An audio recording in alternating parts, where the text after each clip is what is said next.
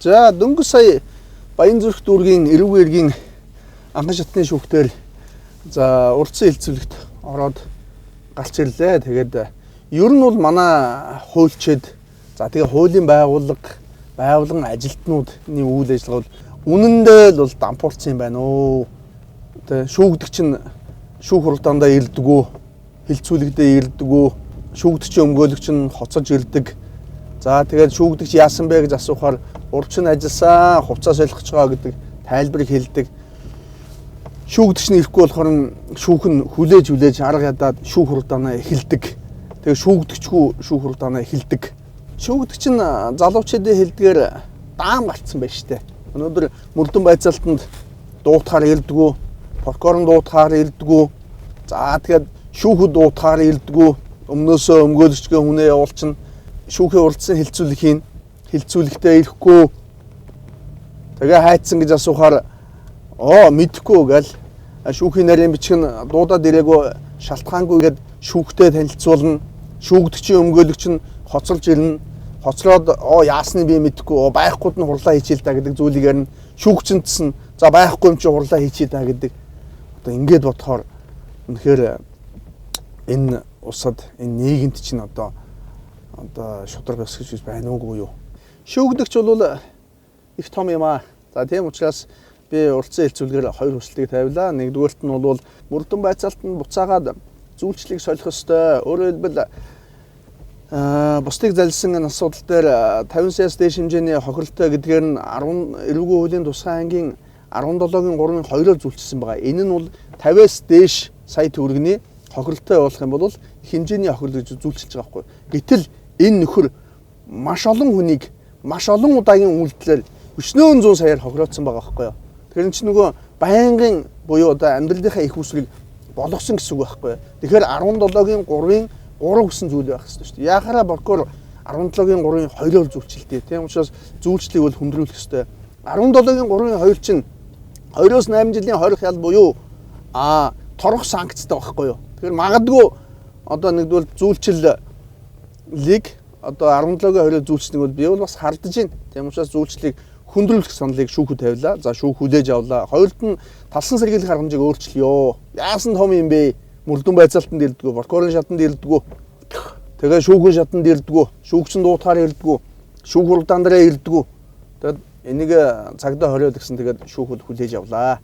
Магадгүй би зүгээр энэ залилагчийг өчнөөн 100 сая төгрөгийг өчнөөн хоригч ингээд залилаад явж байгаа нөхөр өнөөдрийн Мөрдөн байцаалт прокурор шүүхийн шатанд үйл хайгалж байгаа хэрэгээ удаашруулж байгаа одоо энэ этгээдийн хувьд бол магадгүй одоо торох ял авахыг одоо үүсэхгүй. Би бол тэгжил бодож байна. Энэ залилан мэхлэгч нарыг дахин гэмтгийг үйлдвэрлэхэд бол эн чинь цагдаа орох хэрэгтэй байна сте. Тэгэхэд энэ 22 оны 2 сард анх өргөдөл өгсөн байгаа. Өнөөдөр 23 оны 4 сар бүхэл бүтэн жил гарсан болсон байна. Мөрдөн байцаалтын шатанд нэг удаа л хорих саналыг прокурор гаргасан байгаа. Эн чинь хохирогчт нь өчнөө хохирогч байгаа шүү дээ. Самбар дээр 80 хохирогч гэж бичсэл байлаа.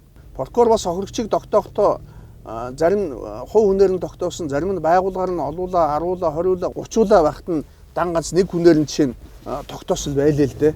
Тэгтэл прокурор энэ жил гарны хугацаанд нэг л удаа одоо цагдаа орох санал гаргасан байгаа. Тэгээ шүүгч хүлээж аваагүй гэж хэлээ. Яагаад 2 дахь, 3 дахь, 4 дахь гаргаагүй юм? Яагаад тэр шүүгч нь өнөөдөр тэр саналыг хүлээж аваагүй юм? Энд чинь хохирол нь улам л нэмэгдээл яваад байна шүү дээ. Энэ асуудлыг прокурорт тавихаар шүүгч хорихгүй байна л гэдэг байхгүй. Эцэст прокурор нэг л гаргасан. Яагаад 2 3 дахь гаргаагүй гэдэг нэг асуудал байна. Тэ? Хэний нөлөөнд автаа яагаад хүссэнгүй гэдэг. Хоёр дахь нь шүүгч нь яагаад хоригдгүй?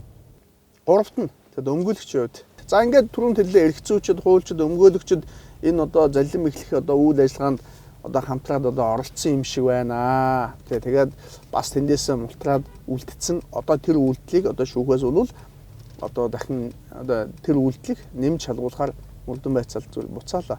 Өмгөөлөгчийн хувьдсан одоо шүүхтэр бол шүүх хуралдаан дээр хоцолж ирж байна. Завг өмгөөлөгч бол бас яг энэ одоо хэрэг хохирогч байсан байгаа байхгүй. Гадаад явна гэжлээд мөнгө өгсөн. Тэгээд мөнгө авъя гэдэг обстер нь очоод хичнээн цагаар нь нэгдэж ихсаал ярьж ирсэн хүн өнөөдөр хохирлоо авцал байгаа байхгүй. Хохирлоо авчин готоо буцаад энэ өмгөөлж байгаа. Болохгүй юм байхгүй. Гэхдээ за миний лав хувьд бол хэрвээ би залилуулчаад би хохирчоод тэгэнгүүтээ хохирлоо өмгөөлөгч гэдгээр хөөцөлж жоод авчин готоо буцаад тэр хүнийг одоо өмгөөлөх үйл ажиллагаа. За би л хийхгүй. За би бол хохирогчтой нь уулзлаа. Бүх хохирогчид прокурорт одоо зүйлчлэлийг 17-гийн 3-3 буюу 5-аас 12 жилийн хоригдолтой зүйл ангаар өөрөөр хэлбэл залим эхлэх гэмтрийг одоо амьдралынхаа их үүсвэр болгосон гэдгээр зүйлчлэх саналыг одоо бүгдээрээ хамтдаа өгөхөр боллоо. Тэгээд прокурор яаж хүлээж авахыг хэдүүлээ харцгаая.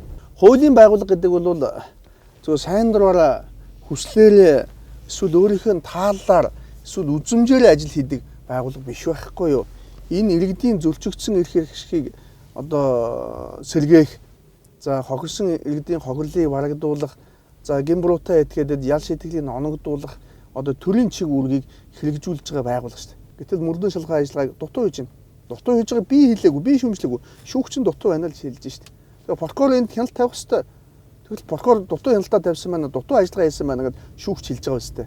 Тэгээ шүүгч хэлж байна. За тэгээ шүүгчин одоо шүүхийн хувьд гэл ярихад нөгөө яллагдагч шүүгдэгч дуудаж чаддгүй юм байна. Дууцснаар нь ирдгүй юм байна. Шүүх хуралдаан одоо зарлахаар улсын хэлцүүлэг зарлахаар ирдгүй юм байна. Тэ ирэхгүй болохоор нь яаж чадахгүй шүүх хурлаа үргэлжлүүлээд хийдэг юм байна. Ингэж болохгүй л байхгүй юу? Бид чинь эрх зүй төрд хуулийн дорол амьдарч байгаа улсууд шүү дээ.